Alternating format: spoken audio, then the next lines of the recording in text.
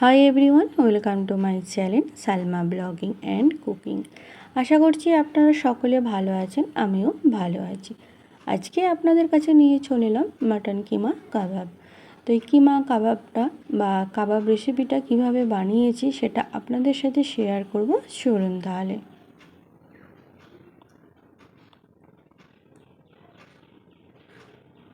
প্রথমে এখানে কিমা কাবাব বানানোর জন্য এখানে আমি কিমা নিয়ে নিয়েছি 500 গ্রাম। কিমাটা একটা প্যানের মধ্যে ঢেলে দিলাম। এরপর সাথে এখানে আমি 150 গ্রাম ছোলার ডাল নিয়েছি। ছোলার ডালটাকে 2 ঘন্টা ভিজিয়ে রেখেছিলাম, তারপরে ছোলার ডালটা ধুয়ে এই কিমার মধ্যে দিয়ে দিয়েছি।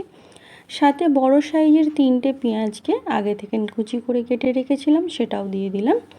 সাথে ধনেপাতা ডাঁটি নিয়েছি বা ডাঁট নিয়েছি। পাতাগুলো যখন ব্যবহার করব তখন আপনাদের দেখাবো, তো এতে আমি ডাঁটি ব্যবহার করেছি। এরপর 1 ইঞ্চির মতন আদা খোসা ছাড়িয়ে কুচি করে কেটে নিয়েছি। 8 থেকে 10টার মতন রসুনের কোয়া নিয়েছি। সাথে 4টে কাঁচা লঙ্কা নিয়েছি বা মরিচ নিয়েছি। এরপর স্বাদ অনুযায়ী লবণ দিয়ে দিলাম। হলুদ গুঁড়ো 1 চামচ দিলাম। সাথে লঙ্কা গুঁড়ো 1/2 চামচ, ধনে গুঁড়ো 1/2 চামচ, জিরে গুঁড়ো 1/2 চামচ, গরম মশলা 1/2 চামচের অল্প একটু বেশি দিলাম। এরপর কাবাব মশলা দিয়ে দিলাম 1 চামচ। এরপর সরিষার তেল দিলাম। আপনারা চাইলে এখানে রিফাইন অয়েলও দিতে পারেন বা সাদা তেলও দিতে পারেন। তো এখানে তেলটা আমি প্রায় 1 চামচের মতন দিয়েছি, বড় চামচের। সব মশলাগুলো একসাথে মিশিয়ে নিচ্ছি মাটনের সাথে।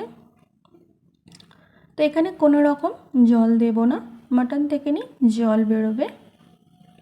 আর গ্যাসের ফ্লেমটা আস্তে থাকবে বা মিডিয়াম থাকবে। এরপর ঢাকা দিয়ে দিলাম 5 মিনিটের জন্য। আবার 5 মিনিট পর ঢাকা খুলে এটাকে একটু কষিয়ে নেব। তো দেখুন এখানে অনেকটাই জল বেরিয়েছে। মাটন থেকে যে জলটা বেরোচ্ছে সেই জল দিয়ে এই মাটন আর ডালটা বা সবগুলোই সেদ্ধ হয়ে যাবে। আর আমি একটু ঢাকা দিয়ে রান্নাটা করে নিচ্ছি যাতে ভালোভাবে সেদ্ধ হয়ে যায়। আর গ্যাসের ফ্লেমটা একদম মিডিয়াম রাখতে হবে। বেশি গ্যাসটা হাই করে দিলে তাহলে কী হবে, জ্বলে যেতে পারে। তো এইভাবে ঢাকা দিয়ে আমি এই মাটনটা সেদ্ধ করে নিলাম বা কিমাটা রেডি করে নিলাম। এখানে দেখুন আর কোনো রকমভাবে জল নেই, কিমাটা এখানে রেডি হয়ে গেছে। এরপর আমি কিমাটাকে একটু ঠান্ডা করে নেব, করে নিয়ে তারপর আপনাদের দেখাচ্ছি। এখানে কিমাটাকে আমি বেশ ভালোই ঠান্ডা করে নিয়েছি। এরপর একটা লেবুর অর্ধেক নিয়ে নিয়েছি, তার রস নিয়ে নিচ্ছি। তো এখানে লেবুর রসটা প্রায় 1 চামচের মতন হবে, দিয়ে ভালো করে এই কিমার মধ্যে মিশিয়ে নিচ্ছি। তো এইটা ভালোভাবে আপনারা মনে রাখবেন, যখন লেবুর রসটা মেশাবেন কোনো রকমভাবে এই কিমাটা যেন গরম না থাকে, ঠান্ডা অবস্থায় মেশাতে হবে। এরপর আমি একটা মিক্সি বোলের মধ্যে দিয়ে দিচ্ছি পেস্ট করার জন্য। তো পেস্টটা আমার একবার হবে না, 3 থেকে 4 বার হয়তো লেগে যেতে পারে এই পেস্টটা বানানোর জন্য। তো পেস্ট করে তারপর আপনাদের দেখাচ্ছি। কিমাটাকে ভালো করে পেস্ট করে নিয়েছি এবং পুরো পেস্টটা আপনাদের দেখিয়ে দেবো করে নিয়ে। তো এখানে কিমাটা পুরোটাই পেস্ট করা হয়ে গেছে, একটা প্লেটের মধ্যে রেখেছিলাম। এরপর এখানে আমি কিছু ধনেপাতা কুচি দিয়ে দিচ্ছি, দিয়ে ভালো করে মিশিয়ে নিচ্ছি কিমার মধ্যে বা এই পেস্টের মধ্যে। এখানে আমি আর কোনো কিছু মশলা দেব না, যেহেতু যখন কিমাটা বানিয়েছিলাম তখন সব মশলা দিয়েছিলাম। এরপর আমি একটা বোর্ড নিয়ে নিচ্ছি, তার মধ্যে হালকা তেল মাখিয়ে নিচ্ছি। এরপর কাবাবগুলোকে একটা সাইজে বানিয়ে নেব। আপনাদের যেমন মনে হবে সেই অনুযায়ী আপনারা ডিজাইন করে নিতে পারবেন বা শেপ করে নিতে পারবেন। গোলও করতে পারেন, রাউন্ডও করতে পারেন। তো আমার কাছে এরকম কেক কাটার ছিল, সেটা দিয়ে আমি কেটে নিচ্ছি, বরফির মতন ডিজাইন করে নিচ্ছি। দেখুন, তো এটা অপশনাল, আপনাদের যেমন মনে হবে আপনারা সেই অনুযায়ী সেই অনুযায়ী কাবাবগুলো রেডি করে নেবেন। তো এইভাবে আমি সবগুলো রেডি করে নিয়েছি বরফি। এরপর আমি এখানে বেডগ্রাম নিয়ে নিচ্ছি।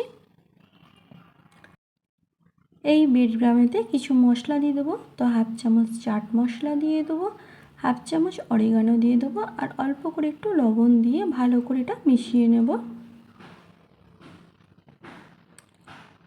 তো এইভাবে দেখুন মিশিয়ে নিয়েছি এখানে বেডগ্রামের মধ্যে মশলাটা। এরপর বরফিগুলো রেডি করে নেব। তার জন্য এখানে আমি একটা ডিম নিয়ে নিয়েছি। ডিমটাকে একটা বাটির মধ্যে ফেটে নিয়েছি, তার মধ্যে অল্প করে একটু লবণ দিয়ে ভালো করে ফাটিয়ে নিচ্ছি। ডিমটাকে ভালোভাবে ফেটিয়ে নেবার পর এখানে আমি যে মাটনের যে বরফিগুলো বানিয়ে রেখেছিলাম সেগুলো ডিমের মধ্যে ভালো করে ডুবিয়ে নিলাম।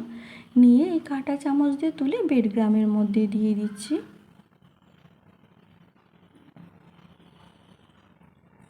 দিয়ে ভালো করে বেডগ্রামের মধ্যে মিশিয়ে নেব।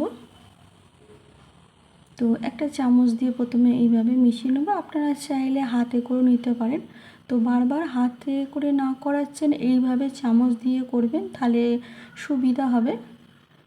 ভালো করে মাখিয়ে নেবার পর তারপর হাতে করে নিয়ে এবার বরফির চারপাশটা এইভাবে বেডগ্রামে মিশিয়ে নিলাম।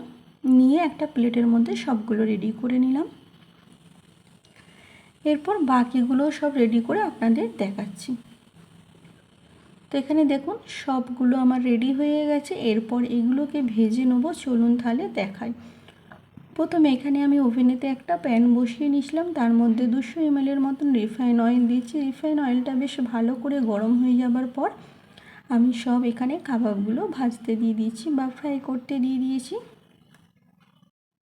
এক পিঠটা যখন ভাজা হয়ে যাবে আমি উল্টো পিঠটাও ভেজে নেব। আজকে আমার চ্যানেলে যারা নতুন এসছেন, এই ভিডিও দেখছেন, ভিডিওটি ভালো লেগে থাকলে আমার চ্যানেলটা সাবস্ক্রাইব করবেন আর নোটিফিকেশানটা অন রাখবেন। আমি যখনই কোনো ভিডিও আপলোড করি না কেন আপনাদের কাছে নোটিফিকেশান পৌঁছে যাবে। ছোট্ট একটা লাইক করবেন, কমেন্ট শেয়ার করতে ভুলবেন না, পারলে ফ্রেন্ড ফ্যামিলির মধ্যে শেয়ার করবেন। আর ভিডিওটা কোনো রকম স্কিপ করবেন না, তাহলে কখন কি মশলা দিয়েছি, কিভাবে বানিয়েছি পুরোটা আপনারা তাহলে জানতে পারবেন না। আর তাহলে আমার মতন এই যে মাটন কিমা কাবাব বানিয়েছি সেটাও তাহলে ঠিক প্রসেসে হবে না।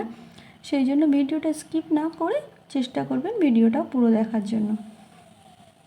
তো এইভাবে আমি কিমা কাবাবগুলো বানিয়ে নিলাম এবং একটা কাছ থেকেও দেখিয়ে দিলাম। দিয়ে তারপরে সবগুলো তেল তুলে নিয়ে একটা প্লেটে রেখে দিচ্ছি। খুবই কম সময়ের মধ্যে এবং ঝটপট একদম রেস্টুরেন্ট স্টাইলের এই কিমা কাবাবগুলো আপনারা বাড়িতে বানাতে পারেন। এরপর যে বাকিগুলো ছিল সেগুলোকেও আমি একইভাবে ভেজে নিচ্ছি। তো এক পিঠটা যখন ভাজা হয়ে যাবে আমি উল্টো পিঠটা ওই একইভাবেই ভেজে নেব। ভেজে আমি একটা প্লেটের মধ্যে সার্ভ করে নেব। যখন সব কাবাবগুলো ভাজা হয়ে যাবে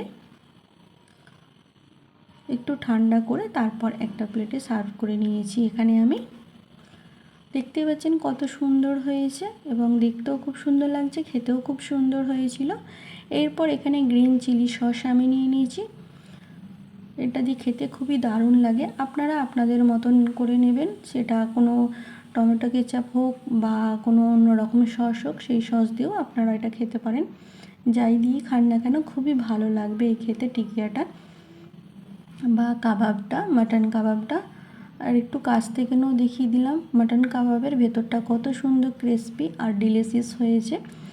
তো এইভাবে আমি আজকে মাটন কিমা কাবাব বানিয়ে নিলাম, সেটাও আপনাদের সাথে শেয়ার করলাম।